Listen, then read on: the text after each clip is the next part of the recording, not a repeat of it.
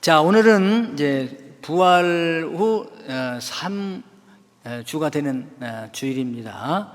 예수님의 부활, 오순절 성령 강림의 3주가 되는 것이죠. 그래서 오순절 성령 강림으로 인하여서 우리 교회가 시작되게 되고, 오순절 성령 강림으로 인하여서 우리 기독교가 시작되게 됩니다. 성령님이 역사하셔서 이제 복음이 전파되기를 시작하게 되잖아요. 그래서 오순절 성령 강림은 우리 기독교의 시작, 생일이 되게 되는 거죠. 놀라운 일이에요. 그래서 예수님의 성령의 임하심으로 제자들이 드디어 깨닫게 됩니다. 예수님의 말씀이 생각나고 깨달아져. 그러니까 예수님의 제자들은 예수님을 따라서 3년 6개월 동안이나 같이 다니시면서 먹고 마시고 자고, 그리고 가진 이적과 기사를 다 체험합니다. 병자도 고치고 물 위에도 걸어가고 죽은 자도 살리고, 오병이어의 역사가 일어나서 막 떡도 배불리 먹고 12광지가 남은 역사를 체험하면서 이분이 도대체 누구이실까? 나중에 결론이 이분은 하나님이시다, 하나님의 아들입니다. 그래서 주는 그리스도시요 살아계신 하나님의 아들입니다 라고까지 이렇게 고백을 했어요. 그러니까 주님이 너무나 흡족하셨죠. 그런데 이렇게 고백은 하는데, 그럼에도 불구하고 예수님의 말씀을 잘 깨닫지는 못해요. 왜? 예수님은 지금 하나님의 나라의 일을 말씀하시는데, 제자들은 이걸 세상 나라 일로 생각을 하기 때문에 그 갭이 있어요. 여러분, 그래서 우리가 교회에 와서 하나님의 말씀을 듣습니다. 찬송도 하고요, 그 다음에 그 기도도 드리고요, 그 다음에 말씀도 듣고 또 헌금도 하고 그래. 그런데 이제 이런 것들이 성령님이 임하시기 전에는, 그러니까 깨달음이 오기 전에는 전부 이게 신앙적으로 받아들여지는 것이 아니라 세상적으로 받아들여져요. 야, 찬송한다 그러면 음악을 하는 게 잘하는구나, 이렇게 음악적으로 이해를 해요.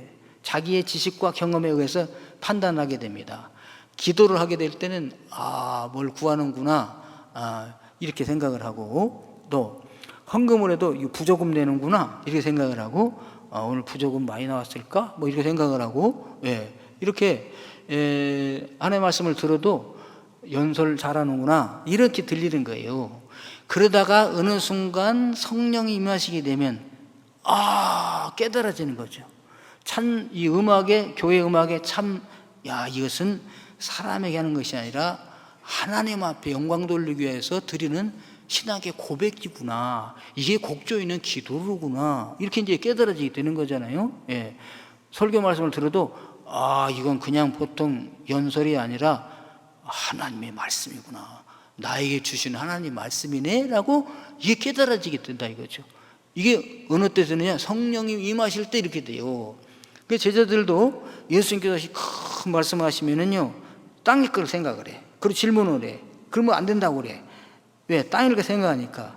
그러니까 하나님이 다 인정을 합니다. 그래, 너희들이 이 땅에 태어나서 살고 했으니까 땅을 걸 생각하는 것이 당연하지. 그러니까 내가 너희에게 보혜사를 보내주겠다. 보혜사, 성령을 보내주겠다. 그 성령이 너희가 오시면, 임하시면 너희가 그때 생각이 나고 그때 깨달아질 거야. 이렇게 가르쳐 주셨어요. 그러니까 너희가 예루살렘을 떠나지 말고 아버지 약속하신 그 성령님을 기다려라. 그래서 제자들이 모여서 기도를 했잖아요.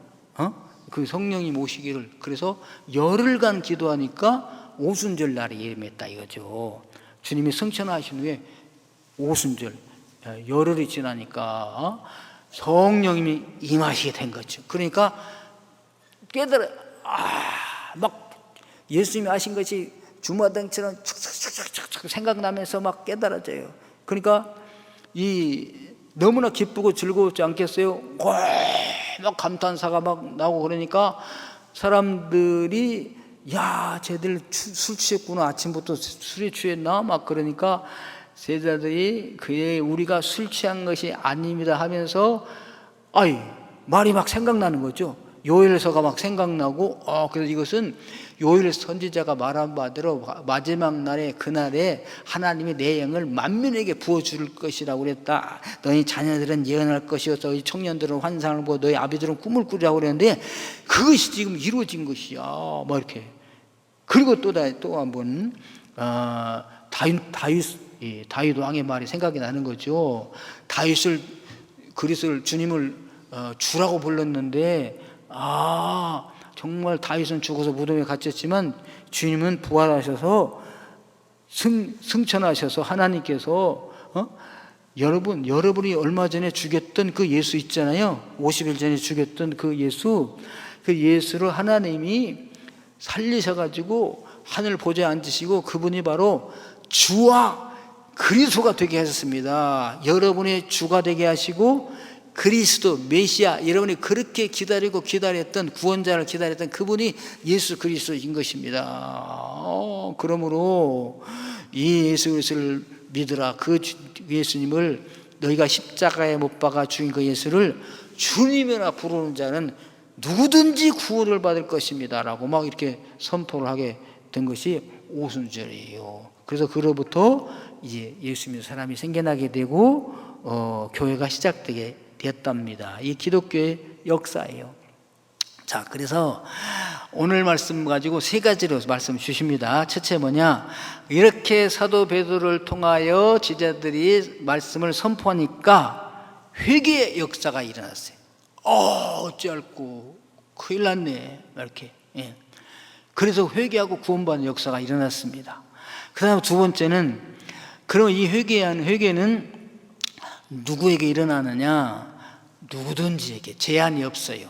옛날에 하나님은 이스라엘 백성들이 믿기를 우리 하나님이라, 이방인들은 그야말로 짐승처럼 여겼어요. 소나 개처럼 말하는 짐승으로 여겼다 이겠죠. 근데 뭐야? 이제 그들이 짐승처럼 여겼던 이방인들에게도 예수님을 믿고 주를 부르면 구원을 받는다. 그러니까 구원이 제한이 없이, 지역에 제한이 없고 나라와 민족에 제한이 없고 거리 영토의 제한도 없이 퍼지게 된다. 세 번째는 뭐냐?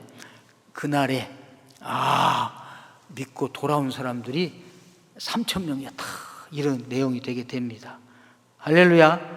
예. 자, 그래서 오늘 22장 37절에 보면은 그들이 저 미쳤다, 세술에 취하였다, 어떻게 쟤들이 배움이 없는 사람들인데 우리 외국어로 막 들리는가, 언제 외국어를 공부했지, 막 이렇게 그런 사람들이 이 말을 듣고 마음이 찔려 베드로와 다른 사도들에게 물어 이르되 형제들아 우리가 어찌할꼬 하거늘. 이게 뭐예요? 이게 회개지요. 깨달아졌어요. 그래서 잘못한 걸 알았어요. 큰일 났네. 그럼 어떻게 하지 우리가? 이게 회개입니다. 우리 예수 믿다가 어느 날 이런 순간이 한번 와야 돼요. 예배 드리다가 찬송하다 기도하다가 내가 죄인이네. 그럼 어떡하지? 내가 이 죄를 어떻게 다 용서받을까? 누구에 가서 어디서 무슨 방법으로 용서받을까라는 질문이 생겨나게 돼야 된다 이거죠. 이거 막 생긴 거예요. 그 말을 듣는 사람들이 천안 각국에서 모인 유월절을 지키기 위해서 모인, 오순절을 지키기 위해서 모인 사람들이 이 말을 이렇게 듣고 마음이 막 찔린 것입니다. 그래서 자, 그들이 누구냐? 이제까지 예수를 이단자의 나사렛 이단 괴수라고 생각해서 신성 모독자라고 생각을 해서 이방인에게 넘겨줘야 십자가에 못 박아라 했던 그들이 이 말을 듣고, 이 말이 무슨 말이냐? 너희가 십자가에 못 박은 예수를 하나님이 주와 그리스도가 되게 하셨느니라. 이 말을 그들이 들었다 이거죠. 그러니까 이스라엘 백성들이 들은 사람들이 막 마음이 찔렸다 이거죠. 마음이 찔려. 그래서 여러분 좀 감동 좀 받아라. 그게 능동이 아니라 그럼 내가 지금 마음 좀 찔림 받아야지. 내가 막 회개를 해야지. 그렇게 해가지고 회개가 되는 게 아니고 수동태예요. 수동태. 마음이 막 찔림을 받은 거죠. 여러분 누가 아파할 때 내가 이렇게 쳐서 아픈 것도 있지만 양 상대방이 나를 쳐서 찔러서 아픔이 있잖아요. 찔리니까 아프다는 소리가 나오는 거예요. 그러니까 회개가요 억지로 막 짜가지고 회개하는 것이 아니라 마음이 막 찔려와. 그러니까 회개가 어찌할꼬 소개가 나온다 그 말입니다. 베드로의 사도들의 말을 들으니까 그 말씀을 듣는 순간 마음이 막 찔려. 이거 회개입니다.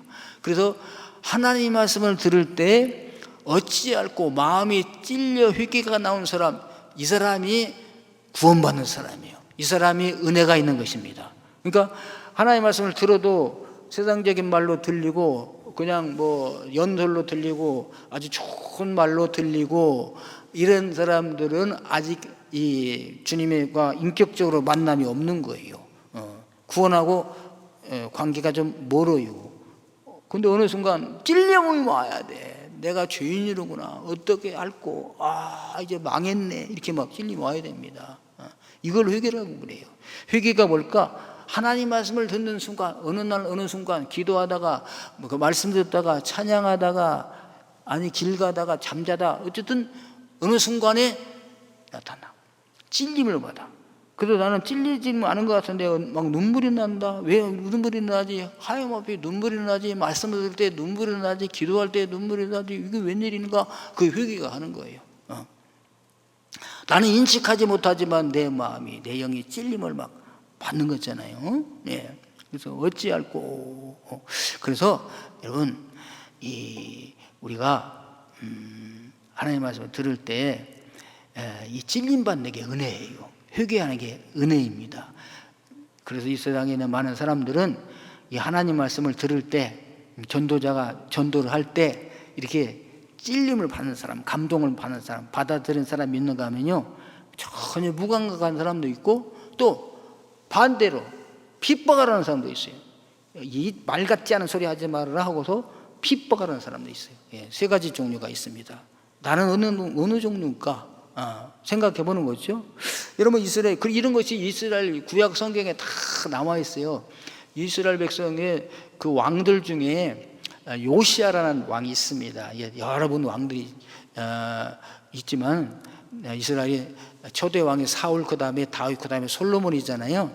솔로몬 이후에 나라가 둘로 갈라져요. 남북으로 북왕국, 남왕국으로. 그러다 다시 북왕국부터 망하고 남쪽 유다도 망하는데 그 왕들 중에 요시아라는 왕이 있었어요. 남쪽 유다의 16대 왕이에요.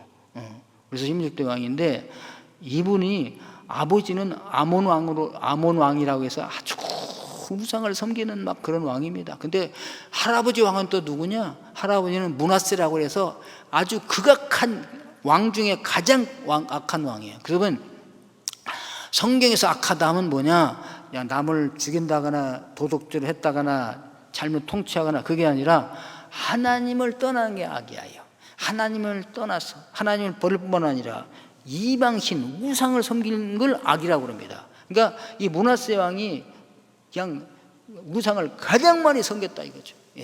남쪽 유다 왕 중에서. 근데 그의 손자가 요시아인데 그 손자가 하나님을 나와 다윗 왕의 길로 가는 거죠. 그러니까 다윗 왕은 어떤 사람입니까? 정말 어떻게 하면 내가 하나님의 뜻대로 행할까? 어떻게 하면 하나님을 기쁘시게 하실까? 그리고 온 초점이 하나님께 맞춰져 있는 사람이 다윗이었어요. 그러니까 왕들이 다윗의 길로 행하여 그러면 착한 왕이에요. 근데 여로보암의 길로 행하여 여로보암도 우상을 만든 섬기는 왕이거든요. 나쁜 왕이에요. 다윗의 길로 행하지 아니하여 나쁜 왕입니다. 근데 요시아가야 다윗의 길로 행하여. 그래서 여호와의 성전을 수리를 합니다. 우상들을 다 아버지 때 할아버지 때 세웠던 우상들을 다 우상의 제자들의 막 털고서 하나님의 성전을 이제 수축을 하는 거죠. 수리를 하는 거죠. 아버지 때 할아버지 때 무관심했던 방치되었던 하나님의 교회를 성전을 건축을 하는 거죠. 수리를 하는 거죠. 그러다가 제 대제사장 hil기야가 그때 대제사장입니다. 그 대제사장이 이거 뭐지? 발견했는데 율법책이에요. 그때는 율법책이 두루마리로 됐겠죠. 두루마리 책을 발견한 거죠. 모세의 율법이에요. 그래서 율법을 발견해가지고 이렇게 왕이시여 성전을 수유하다가 율법책, 여호와의 율법책을 발견했습니다. 그럽니까? 그러면 가져오십시오. 한번 읽어보세요. 그 서기관 사반에게 읽어보라고 그래요. 그러니까 율법책을 서기관 사반이 쭉 읽으니까 나는 여호와 너희 하나님 여호와니라. 나는 너희를 애굽 땅에서 인도해낸 여호와니라. 너희는 나 외에 다른 신을 내 앞에 두지 말라. 너희를 위하여 우상을 만들지 말라. 하늘에 있는 것이나 땅에 있는 것이나 땅 아래 물속에 있는 것에 어떤 형상도 만들지 말고 그것들에게 절하지 말라. 이렇게 하나님이 우리에게 명령을 하셨구나, 말씀에. 그런데 우리가 왜 이렇게 우상을 많이 만들고 하나님을 떠나서 이방신을 섬겼던 거, 그러면서 막 옷을 찢었어요. 회개가 일어난 거죠. 예, 이게 은혜입니다. 그래서 요시야가 이 말씀을 모든 대신들에도 일컬어.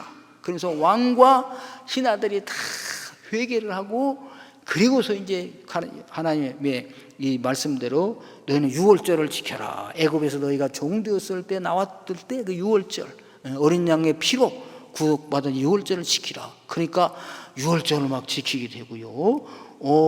종교 막 개혁이 일어나게 됐지 않습니까? 누가? 요시야 왕이.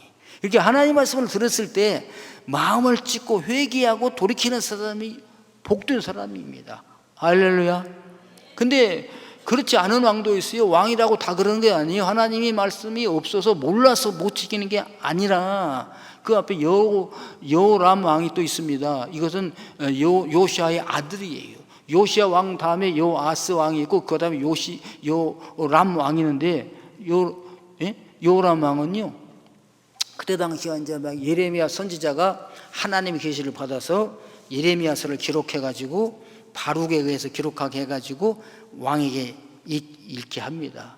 우리나라가 왜 이렇게 망하게 됐는가, 어려움을 당하는가, 이방의 침략을 당하는가, 그럼 어떻게 해야 우리가 구원을 받을 수 있는가, 우상을 버리고 하나님께 돌아야 됩니다. 이런 내용이거든요. 그것을 읽으라고 그래, 그 제사장들에게. 그래서 이 말씀을 읽습니다. 그러면 요시야 같은 사람은 막 옷을 찢고 마음을 찢고 회개를 하고 깨달았는데, 이 요람 왕은 어떻게 하냐면요, 야, 칼 가져와라. 그래가지고요, 면도칼을, 잘된 면도칼을 가지고요, 읽은 부분을 잘라. 아주 화로에다 태우는 거야. 또 읽어봐. 하나님 말씀을 무시하고 멸시하고요, 거기 가슴을 찢고 회개하는 것이 아니라 태워서 없애요. 그러니까 그 왕의 신하들이 그러지 마십시오. 엘라단이라는 사람, 들랴라는 이런 사람들이 불사르지 마십시오. 하나님 말씀을 불사르지 마십시오 해도 안 들어. 그냥 태웠어요. 그러니까 왕의 아들 여라무엘과 스라야와 압델의 아들 셀레마에게 명령하여 서기관 바룩과 선지자 예레미야를 잡으라. 이것은 선지자 대필한 바룩 잡아 어떻게 가두려고. 그래서 여러분, 이 왕과 신하들이 말씀을 무시하고, 성경에 이렇게 나와요. 왕과 그의 신하들이 이 모든 말을 듣고도 두려워하거나 자기들의 옷을 찢지 아니하였다. 그리고 오히려 그 말씀을 전달해 준 예레미야와 그 말씀을 쓴 바룩을 잡아라. 핍박이 일어나게 된 것이잖아요. 그래서 여러분, 우리가 하나님 말씀을 들을 때 받아들이고 아멘으로 받아들이고 깨닫고 회개하고 지키는 것이 진짜 복이고 은혜인 걸 믿으시기를 바랍니다. 그래서 여러분, 나중에 사도 바울도 가서 전하잖아요. 먼저 가서 전해요. 유대인들에게 말씀을 전하면 똑같은 반응이 일어나요. 아멘 할렐루야, 너희가 죽인 예수가 주님이십니다, 믿고 구원받으십시오. 그러면 아멘하고 받아들이는 사람들이 있어요, 유대인 중에. 그런가 하면은요, 참 말씀 좋구나, 다음에 한번 더 들을까? 이런 사람들인가 하면요, 적극적으로 핍박하고 박해하는 사람이 있습니다. 그리고 더 핍박하고 박해하니까 더 이상 거기서 있을 수 없잖아요. 그러니까 또 다른 데로 나와. 그래서 가고 그러는 게 왜 갔냐면요, 이 핍박자들 때문에 더 이상 거기서 복음을 전할 수 없었기 때문에. 예? 그래서 받아들이고 믿는 사람들은 모아가지고 따로 공동체를 이루어집니다. 그래서 그가 교회가 하나 생겨나고, 또 핍박하니까 나가가지고 또 전해. 그럼 거기서 받아들인 사람들이 있고 핍박하는 사람들이 있어요. 그러면 이제 받아들인 사람들을 통해서 이제 뭡니까? 교회를 세우고, 그 다음에 또 지나가고. 그렇게 한 것이 예루살렘에서 유다로 사마리아로 땅끝까지, 우리 대한민국까지 오게 되어서 저와 여러분도 예수를 믿게 되는 줄로 믿습니다. 얼마나 은혜예요. 그래서 하나님은요, 가라 그랬으니까 잘 안 가요. 안 가. 그러니까 갈 수밖에 없게 하나님이 만드셔서 보내셨답니다. 그러니까 우리가요, 주님의 일을 할 때 기뻐 사는 것도 있지만 어쩔 수 없어서 하는 경우도 많아요. 예, 안 하면 안 될 수 없어서 하는 경우도 있다. 그러나 합력하여 선을 이루는 것을 믿으시기를 바랍니다. 그렇게 하면 뭐해? 억지로 하면 뭐해? 억지로 하더라도 그리스도가 전파되면은 복이다. 예? 빌립보서 이렇게 말씀하지 않았어요? 시기하면서 전도하면 뭐해? 시기하면서라도 전하는 게 낫다. 시기한다고 안 전해서 못 듣고 구원받지 못하는 것보다 시기에서 경쟁함으로 막 복음을 전하니까 전해지는 것은 복음이잖아요. 듣는 사람이 있어. 그 듣는 사람 중에 세 부류가 있다 이거요. 믿는 사람이 있고 안 믿는 사람이 있고 핍박하는 사람이 있다. 그래서 여러분, 우리가 복음 전하다가 핍박하는 사람이 있다고 해가지고 중단하지 마시고, 핍박하면은 어떻게 대항해서 다투지 말고 피해가지고 다른 데 가서 전하게 되기를 바랍니다. 이 성경의 원리예요. 예, 다 나와 있습니다. 자, 그래서 이제 이렇게 받아들이는데 이 복음이 이때까지는 유대인들에게도 우리에게만 주신 말씀으로 생각을 했어요. 메시아가 와도 우리를 위해서만 오는 줄 알았는데 그게 아니고, 이 예수님은 온 인류를 위해 오셨다. 하나님이 세상 사람들을 이처럼 사랑하사 독생자를 주셨다. 그러므로 그를 믿는 자마다 멸망하지 않고 영생을 얻게 하려 하심이라. 아멘. 여기에 모든 세상 사람들이 다 포함되어 있어요. 나라와 민족과 인종과 차별이 없어요. 백인이든 흑인이든 황인종이든 상관없습니다. 부자든 가난한 사람이든 도적이든 강도든 살인자든 세리와 창녀든 관계가 없어요. 말씀이 들려졌을 때 찔림을 받고 회개하고 돌아온 사람은 누구든지 구원을 받는답니다. 네. 그래서 평소에 자기가 착하다 선하다는 사람들은 찔림을 덜 받아. 근데 평소에 나는 죄인이야, 못된 놈이야, 세상 사람들로부터 다 손가락질 받아. 그런 사람은 자기가 죄인을 이미 알고 있으니까 그냥 찔림받아. 그래서 여러분, 이 복음은요, 착한 사람, 선한 사람보다도 자기가 나쁜 짓 많이 한 사람, 범죄한 사람, 도적, 강도, 살인자, 이런 사람들이 전해졌을 때 더 찔림받고 마음을 찢고 회개하고 돌아온다는 걸 믿으시길 바랍니다. 우리 저 사람은 예수 안 믿을 거야, 저런 사람 교회에 오면 큰일 나. 그런데 아니요, 하나님은 그런 사람들도 제한 없이 구원하신다. 그게 이제 오늘 말씀 아닙니까? 2장 38절에 이렇게 말씀하셔요. 베드로가 이르되 우리가 어찌할꼬? 그럼 우리가 어떻게 우리가 회개할 수가 있습니까? 어떻게 이걸 죄를 용서받을 수가 있습니까? 막 그러잖아요. 이 사람들이 듣고 찔려가지고 이랬는데 50일 전에는 예수를 십자가에 못 박아라, 이단자요, 신성 모독자요, 성전을 사흘 만에 열고 일으킨 3일 만에 일으킨다고 하던 자요, 하나님의 아들이라고 하는 자야, 지가 하나님을 대신하여 죄도 용서해 주신다고 했던 죽을 수밖에 없는 자라고 했던 자들이 우리를 위하여 보내신 메시아를 우리가 받아들이지 않냐고 거부하고 정죄하여 죽였구나. 그럼 우리가 이 큰 죄를 어떻게 할까 했을 때 답변이 이제 베드로가 해답을 탁 주는 거잖아요. 그래서 너희가 회개하여 각각 예수 그리스도 이름으로 세례를 받고 죄사함을 받으라. 그리하면 성령의 선물을 받으리라. 아멘. 답을 탁 말해줬어요. 너희가 뭐든 회개. 그럼 회개하면 죄사함을 반드시 자동으로 따라와. 하나님이 회개하면 죄를 용서해 주신다고 말씀하셨어요. 예. 예? 그러면 죄사함 받았으니까 하나님께서 성령의 선물을 주시는 줄로 믿습니다. 거룩한 홀리 기프트를 우리에게 주셔요. 거룩한 성령의 선물을 주십니다. 능력도 되고 권능도 되고 다 같이 성령의 선물, 성령 은사를 우리에게 주신다고 약속을 하셨어요. 그러면서 이제 방법을 가르쳐 주었죠. 죄사함 받는 방법, 죄 용서하는 방법. 그래서 내가 교회를 이제까지 핍박하고 욕하고 사람을 죽이고 하나님을 배반하고 우상을 섬겼다 할지라도 하나님 잘못했습니다. 이제 말씀 듣고 보니까 하나님이 온 우주 창조 천지 만물을 창조하신 하나님이 우리 인생의 주인이 하나님이신 걸 이래가 이제 알았습니다. 말씀을 듣고 보니까 그런데 내가 이제까지 몰랐습니다. 어떻게 할까요? 회개하고 주 앞에 돌아오라. 우상을 다 버리고 주 앞에 돌아오라. 그리하면 구원을 받고 죄사함 받고 성령의 선물을 받게 될 것입니다. 할렐루야. 네, 그렇게 얘기했었어요. 그런데 그러면서 이제 이건 방법이잖아요. 그럼 누구는 되고 누구는 안 됩니까? 다 된다. 그것이 39절입니다. 이 약속이 뭐예요?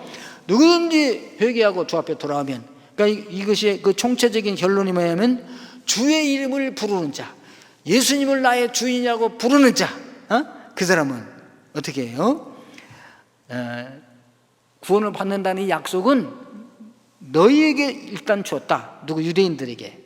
그 다음에 너희 자녀에게. 이래 대대로 주신 거예요. 대대로. 그리고 모든 먼데 있는 사람. 먼데는 어디까지가 먼데예요? 여기도 멀고 더 멀고 더 멀고 더 멀고. 그리고 땅 끝까지. 전 나라 모든 사람에게 주신 말씀이다. 먼데 사람 곧 우리 주 하나님이 얼마든지 부르시는 자들에게 하신 것이라. 그래서 우리 주님은 얼마든지 부르시는 분이십니다. 얼마든지 다 받아주시는 분이십니다. 누구든지 다 받아주실 분이십니다.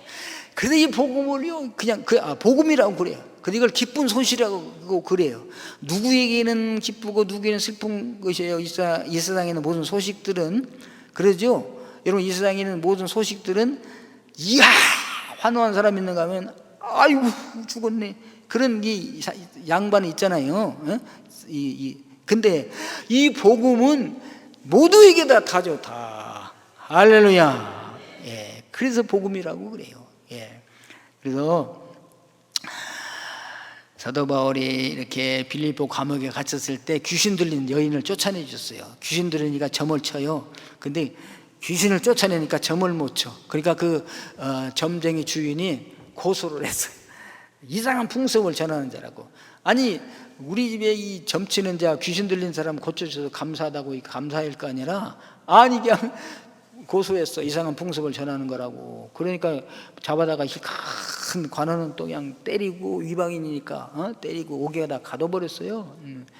그냥 가둔 게 아니라 그냥 손에다도 수갑을 채우고 발에다도 채우고 해가지고 깊은 사형수들이 갇히는 감옥에 가둬버렸습니다.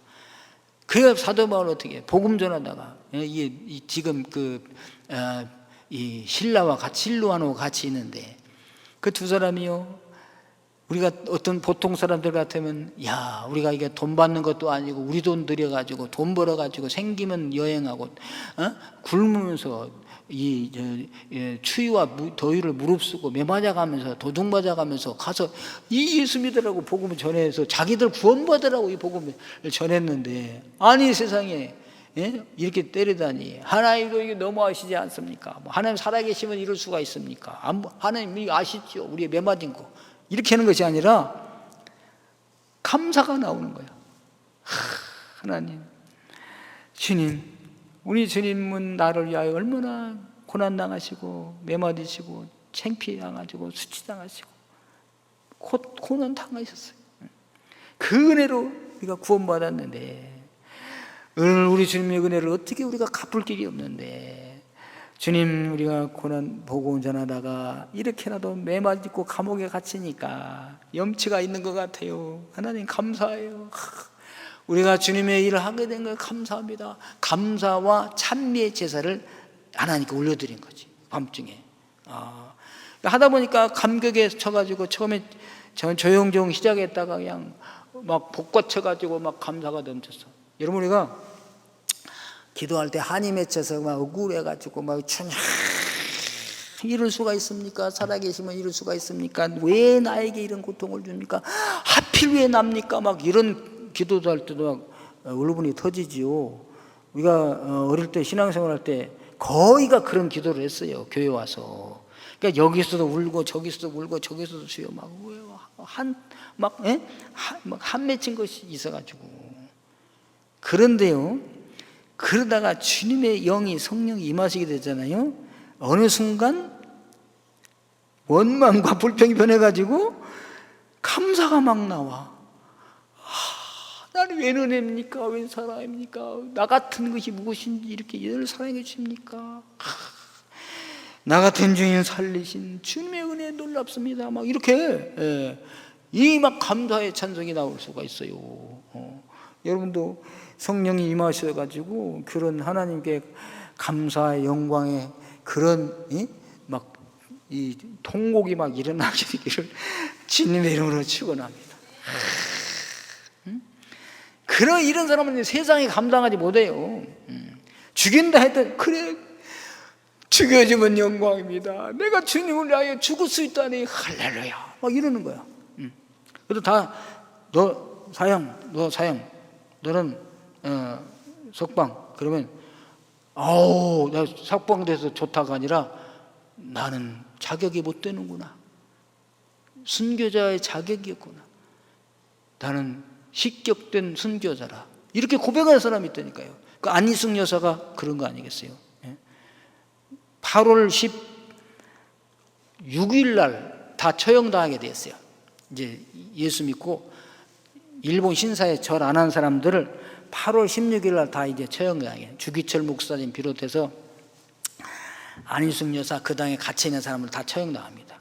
근데 8월 15일 날 한국이 해방이 되려다가 그러니까 죄수들이 다 풀려난 거야. 할렐루야. 하나님 기적같이 내일이면 우리가 처형당하는데 하루 전에 석방이 됐습니다. 그 기뻐야 할 것이 아닌데 그 안희숙 여사 가신 분은 한편으로 기쁘죠. 그러나 슬픈 거야. 왜? 나는 순교의 자격이 없으므로 순교의 길을 열어줬다. 실격된 순교자라. 그 고백이 그분의 책에 있습니다. 그 여러분, 그 죽으면 죽이리라는 책도 좋고요. 그 다음에 죽으면 살리라는 책도 있고요. 그럴 수도 있지. 그런 책들이 있어요. 그 안희숙 여사가 진 책입니다. 한국 교회 초대교회 놀라운 역사들이 있었어요. 네. 실격된 순교자라 그럽니다. 네. 그러니까 막 지진이 일어났어요. 막 흔들흔들하면서 보통 지진이 아니야. 막 그러면서 얼마나 지진이 세든지 착 이게 수갑이 풀려. 또 이게 막 발에 차고도 풀려. 자물쇠도 막 풀려버립니다. 그러니까 죄수들이 막 나가겠잖아요. 제일 큰 죄수가 이 바울과 힐라입니다. 바울과 힐라도 어이쿠 막 하나님을 찬양하다가 이게 웬일이지 막 문이 열렸어요. 죄수들이 도망가니까 간수들이 왔습니다. 큰일 났네. 죄수들이 도망가면 죄수들 놓친 죄를 간수들이 책임져야 되거든요. 그러니까 사형수를 놓치면 사형을 당해. 간수가 우리 죽었구나. 그래서 문초 당하고 죽는 것보다 자살하는 게 낫겠다. 그리고 칼을 빼가지고 그 간수가 자살을 나왔어요. 아내 생각하고 아들 생각하고 죽으려고 그래. 그때 이걸 바울이 본 거죠. 죽지 마세요. 죽지 마. 우리 여기 있다. 안 도망갔어. 여기 있어. 죽지 마. 그러니까 이 간수가요,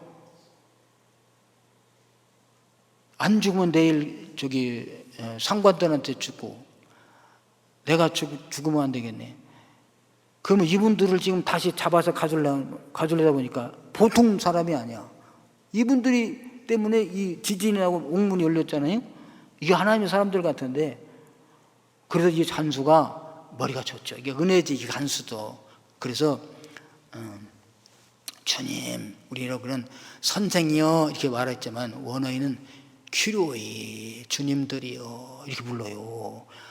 내가 어떻게 해야 살 수가 있겠습니까? 그런 거지. 그러니까 따로 봐, 여기서 주 예수를 믿으라. 예수님을 주님으로 받아들여라. 그리하면 너도 살고 너희 집안 모든 사람도 살게 되리라. 이렇게 했어요. 아니 지금 이 상황에서 예수가 뭡니까? 그래야 될 텐데 이 간수가 받아들여졌어요. 알았습니다. 예수님 나의 주님으로 믿겠습니다. 믿었어요. 그래서 치료해주고 우리 집으로 가십시다. 그래가지고 그 밤에 자기 집에 들어가서 잘 치료해주고 하나님의 말씀을 듣고서 예수를 간수가 믿었어요. 그리고 간수도 믿고 그 집에 있는 사람들도 믿고, 그리고 이제 사도 바울이 또 떠나니까 그 집이 빌립보의 교회가 됩니다. 아멘. 이런 역사. 하나님의 말씀을 전했을 때 이렇게 믿어진다니까요. 간수가 어떻게 믿겠어요? 그런데 믿는 사람이 있다니까요. 그래서 주 예수를 믿으라. 그리하면 너와 네 집이 구원을 받으리니. 그래서 간수가 구원을 받게 되었답니다. 그래서요, 전도는 대상이 없다. 누구든지. 자, 다시 이제 오순절 성령 강림 역사로 그날로 돌아가 봅니다. 사도 베드로와 이런 사람들이요, 그 다음에 그냥 회개하고 예수를 믿어라. 그리하면 세례를 받아라. 그리하면 성령을 선물로 받으리니. 이렇게 했는데 그 말하고 막 교회가 돌아오잖아요. 그 다음에 이 말이 있어요. 40절에 여러 말로 또가 있어. 또 여러 말로, 여러 말이라는 건 다른 말로 헤테로우스 테 로고이스, 다른 여러 말로 권하여, 확증하여 권하여 너희가 이 패역한 세대에서 구원을 받으라. 그랬다는 거죠. 여러 말로, 다른 말로 권하였어요. 확증하여 권하였어요. 그러니까 우리가 교회에 오면요, 여러 말로 확증을 시켜줘야 돼. 처음에 이게 첫마디 듣고 그냥 믿겠습니다 하는 사람도 있죠. 나 같은 사람은 대초에 하나님이 천지를 창조하시냐, 믿어져 버렸지만 그 후에 목사님에게서 하나님 말씀을 쭉 배우면서 확증이 돼요. 그러니까 또 다른 여러 말로, 그러니까 주일날만 나와가지고는 힘이 부족합니다. 주일날만 나와가지고는. 그리고 옛날에는 그래서 주일만 나온 모양이나 오후 예배 반드시 참석하고요, 또 수요기도회, 금요기도회, 또 새벽기도회, 또 주중에 성경 공부가 있어요.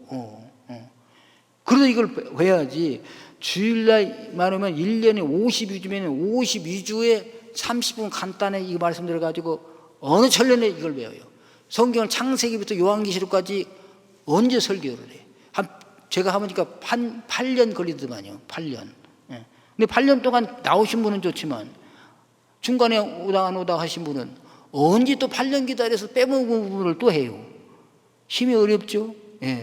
그래서 여기 성경에는 그냥 그날 바로 믿고 회개한 것 같이 보이지만 다른 여러 말로 확증을 했다. 그것입니다. 예수님께서도요, 제자들에게 이렇게 하셨어요.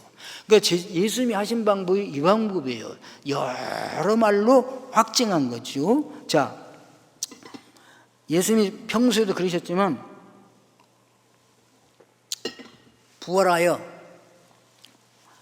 제자들에게 나타나셨을 때에도 안 믿잖아요. 아직 그들에게도 여러 말로 말씀으로 확증을 시켰어요. 엠마오로 가던 두 제자에게도 여러 말, 선지자의 글로부터 시작해서 여러 말로 확증이니까 그들의 마음이 막 불타지 않더냐? 나중에 그걸 알아봤어요, 예수님을. 그리고 또 그들이 돌아와서 제자들에게 말해도 안 믿어. 또 제자들이, 막달라 마리아를 비롯한 여인들이 예수님의 이 무덤에 갔다가 예수님 부활하셨습니다, 빈 무덤입니다, 살아나셨습니다, 갈릴리로 가서 만나지 않습니다, 그래도 안 믿어요. 그때 주님이 그 자리에 나타나신 거죠. 8명의 제자가 있는 자리에 주님께서 나타나셨어요. 나타나셔서 뭐 하셨느냐? 이제 너희에게 평안했을지어다 먹을 것 달라 하신 다음에 보십시오. 누가복음 24장 44절에 그게 나오는데요. 또 이르시되 내가 너희와 함께 있을 때에 너희에게 말한 바 곧 모세의 율법과, 그러니까 다른 여러 말이 요거예요. 모세의 율법과 선지자의 글과 시편의 나를 가르쳐 기록된 모든 것이 이루어져야 하리라 한 말이 이것이니라. 부활을 설명할 때 이렇게 말한 거예요. 지금 살아나셨어. 그게 아니라 살아나셨다 이제 믿는데 그 다음에 후속 조치로 이것은 그냥 살아나는 것이 아니라 모세의 율법과 선지자들의 글과 시편에 예수님께서 다시 살아나실 것을 말씀해 주셨는데 그분이 예수님이신 거야. 그게 이루어진 거라고 전해주니까 확증을 받았다, 그것이에요. 근데 모세의 율법은 뭐냐? 창세기, 출애굽기, 레위기, 민수기, 신명기, 거기에 기록이 다 돼 있어요. 그러면 선지서는 뭐냐? 여호수아, 사사기록기, 사무엘상부터 말라기까지. 그러면 또 시편은 뭐예요? 성문서, 욥기, 시편, 잠언, 전도, 아가서. 이렇게 유대인의 성경 구분 보면 좀 다릅니다. 그러니까 우리나라 성경으로 볼 때 이렇게 구분해요. 그러니까 구약 성경 전체를 모세율법, 선지자의 글, 성문서에 나타나는 성문서에 예수님에 대해 나타나는 모든 말씀을 자세히 설명하여 드리니까 그들이 확신을 가지게 됐다, 그 말입니다. 그래서 여러분들이 모세율법 중요하고요, 선지자들 중요하고요, 그 다음에 시편 중요합니다. 그래서 여러분이 할 때 이제 이걸 전부 통합해 가지고 한 게 이제 신약이 됩니다. 신약. 그래서 신약 성경은 예수님을 직접적으로 다 증거했지만 더 자세하려면 구약을 봐야 돼. 모세율법, 선지자의 글, 시편, 성문서를 보게 되게 됩니다. 그래서 여러분 보십시오. 이에 그들이 마음을 열어 성경을 깨닫게 하시고, 마음의 문을 열어서 성경 깨닫게 하시고, 또 이르시되 이같이 그리스도가 고난을 받고 제3일에 죽은 자 가운데서 살아나야 할 것. 또 그의 이름으로 죄의 상을 받게 하는 회개가 예루살렘에서 시작하여 모든 족속에게 전파될 것이 기록되었으되, 예루살렘부터 시작하여서 너희들 유대인의 하나님만 아니야, 예루살렘부터 시작해서 모든 족속에 전파되는 것이 이미 모세오경부터 기록되어 있다니까, 창세기부터 기록되어 있다니까요. 이게 이제 설명을 했어요. 그러면서 너희는 이 일의 증인이라. 그래, 이 제자들이요, 이에 그냥 깨달아지니까 우리가 일의 증인이라면서 지금 예수님을 증거하고 있는 거죠. 그래서 베드로 사도가 여러 가지 다른 말로 확증하여 제자들에게 전하니까 무슨 일이 일어났느냐 그랬더니 3,000명이 회개하고 돌아온 역사가 일어났답니다. 알렐루야. 그래서 여러분, 주님이 마지막에 그것입니다. 이 사도 바울이 베드로 사도의 마지막 말이 너희가 이 패역한 세대에서 구원을 받다, 이렇게 말씀하셨어요. 패역한 세대. 패역한 세대라면 우리 신명기에서도 나와요. 패역한 세대란 뭐냐? 하나님을 떠나서 우상을 섬기면서 우상을, 세상을 더 하나님보다 더 사랑하는 거, 그 세대가 패역한 세대예요. 그래서 신명기 때도 보게 되면요, 너희가 패역한 세대라 그 말했는데, 그 패역한 세대가 어느 세대냐, 이렇게 나옵니다. 자, 보십시오. 여수론이 기름짐에, 여수론이 기름졌다는 거죠. 여수론이 기름졌다고 하는 것은 여수림이 부자 됐다, 잘 먹고 잘 살게 됐다, 그거예요. 그 여수론이 누구냐면 이스라엘의 애칭입니다. 애칭. 이스라엘은 또 누구예요? 야곱이었잖아요. 야곱. 원래는 야곱이었는데 하나님 이름을 이스라엘로 바꿔줬어요. 이제부터는 야곱이라고 하지 말아라. 야곱 뭐야? 발뒤꿈치를 잡은 자, 사기꾼, 이런 사람이야, 이름이. 그러니까 너는 발꿈치를 잡고 남에게 사기칠 사람이 아니고 이제부터는 이스라엘이라. 뭐야? 이스라엘. 하나님과 괴로 이긴 사람들이야. 사람이야. 그러니까 너는 위대한 사람이야. 이스라엘입니다. 근데 이스라엘은 이제 그 하나님과 괴로 이겼지만은 애칭으로 불러주는 거 있잖아요. 우리가 부르스길라 아굴라 할 때 부르스가 부르스 애칭 있잖아요. 자기 뭐 이렇게 애니 뭐 이렇게 애칭. 이스라엘의 애칭이 여수론입니다. 하나님 얼마나 이스라엘 사랑했으면 여수론이라고 불렀겠어, 애칭으로. 그런데 그래서 여수론이 잘 먹고 잘 살고 풍요롭게 되었어요. 기름지게 되었어요. 그런데 이렇게 여수론이 기름지게 되니까 발로 찼다. 네가 살찌고 비대하고 윤택해짐에 자기를 지으신 하나님을 버리고, 자기를 지은 하나님을 버리고 자기를 구원하신 반석을 업신여겼도다. 여러분 못 먹고 못 살 때는 하나님 새끼 하루 세끼 밥만 먹여주시면 좋겠습니다. 우리 애 지금 당신에게 팔겠으니 얘가 굶기지만 않게, 우리 굶기지만 않게 해주세요. 우리 집에 있으면 우리 식구가 다 굶습니다. 그러니까 아들로 받아주시고 뭘 시켜도 좋으니 밥만 굶기지 마십시오. 이런 식이 있잖아요, 우리 옛날에. 예, 그런데 밥을 굶는 것이 아니라 살찌고 비대했어. 너무 잘 먹어가지고 윤택합니다. 기름이 줄줄줄 흐릅니다. 그러면 하나님 감사합니다. 이렇게 해야 될 텐데 하나님을 발로 차. 자기를 지으시고 여기까지 하나님을 발로 차고요. 자기를 구원하신 반석을 없인, 이 반석은 추루 반석입니다. 구약 성경에 반석이 두 가지가 나오는데요. 추루 반석이 있고 셀라 반석이 있어요. 셀라 반석은 부활하신 주님입니다. 근데 추루 반석은 뭐냐? 아주 고난당한 반석이에요. 짓밟힌 반석. 왜 하나님이 짓밟히고 고난당하셨나요? 우리를 구원하시기 위하여. 그런데 우리를 구원하시기 위하여 짓밟히고 고난당하신 그 주님을 업신여겼다 이거지. 이게 뭐냐? 패역한 세대예요. 그래서 오늘도 우리 그때는 패역한 시대였는지 모르지만 우리는 패역한 세대가 아니지. 그런데요, 지금도 가만히 보세요. 우리나라가 언제 어느 때 이렇게 이처럼 잘 먹고 잘 살고 윤택해졌어요. 이 나라에 복음이 들어오면서부터, 하나님께 영광 돌리면서부터 이 나라가 잘 먹고 잘 살았어요. 뭐 그래 할 수 있지만 북한을 보세요. 북한이 휴전선 거지기까지 더 잘 살았어요. 근데 거기는 교회를 다 무너뜨리고 목사님들 다 죽였어요. 지금도 성경책만 가지고 있어도 처형입니다. 그렇게 살아. 우리가 여러분 과거를 잊어먹었다 그러면 북한에서 온 사람들 말을 들어봐요. 북한에서 탈북해 온 사람들 있잖아요. 그 사람들 말을 들어봐요. 우리가 그렇게 사는 거야. 근데 지금 어떻게 30, 40배 차이 나고 그러잖아요. 이렇게 잘 살으니까 하나님, 우리가 하나님 잘 섬겨서 주님의 오늘 이렇게 잘 됐습니다. 주님 감사합니다. 영광도 될 텐데 살찌고 윤택하고 비대해지고 기름지니까 하나님을 발로 차버려. 그리고 우리 위하여 고난당하신 그 예수님 없이 이렇게. 그런 시대가 이 시대에. 그런 시대들을 패역한 세대라고 할 수가 있다. 다 그런 건 아니지만은. 여기에서 구원을 받으라. 패역한 세대로부터, 앞포가 있어, 붙어. 패역한 세대로부터 구원함을 받으라.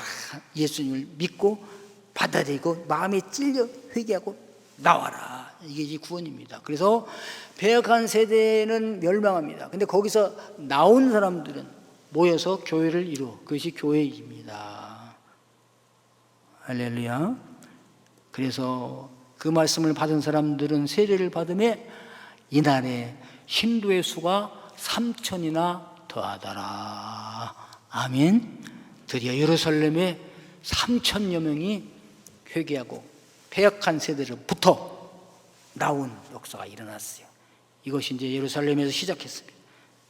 유다와 사마리아로 우리나라까지 오게 됐죠. 오늘 여기에서도 내가 가만히 보니까 패역한 세대에 속하려고 그런 것 같아요.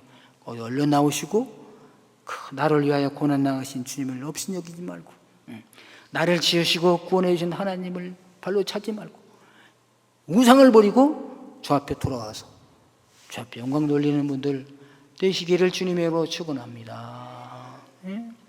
나를 야곱 같은 나를 이스라엘로 삼으시고 여수르노까지 불러주셨는데, 주님을 등한히 했던 것을 용서하여 주옵소서. 우리 주여 우리의 죄를 용서하여 주옵소서. 이 찬양으로 고백하면서 결단하는 그런 시간을 가졌으면 좋겠습니다. 간절히 부릅니다. 아버지 감사합니다. 하나님 말씀을 받을 때 깨달아지게 하신 것을 감사드립니다. 우리의 잘못을 용서해 주시고 패역한 세대로부터 구원함을 받는 저희들 되게 하여 주옵소서. 오늘도 회개하고 돌아온 자들에게 하나님 과거를 묻지 아니하시고 무조건적으로 받아주시고 회복시켜 주심을 믿사옵니다. 하나님 감사합니다. 이 시간에 귀한 예물 주 앞에 올려드리오니 기뻐 받아 주옵소서. 함양하시고 축사하시사 오늘의 기도 제목이 다 이루어지게 도와주시고 또 물질의 복도 풍성히 주셔서 나누면서 베풀면서 살 수 있게 하여 주옵소서. 감사하며 예수 그리스도 이름으로 기도하옵나이다. 아멘.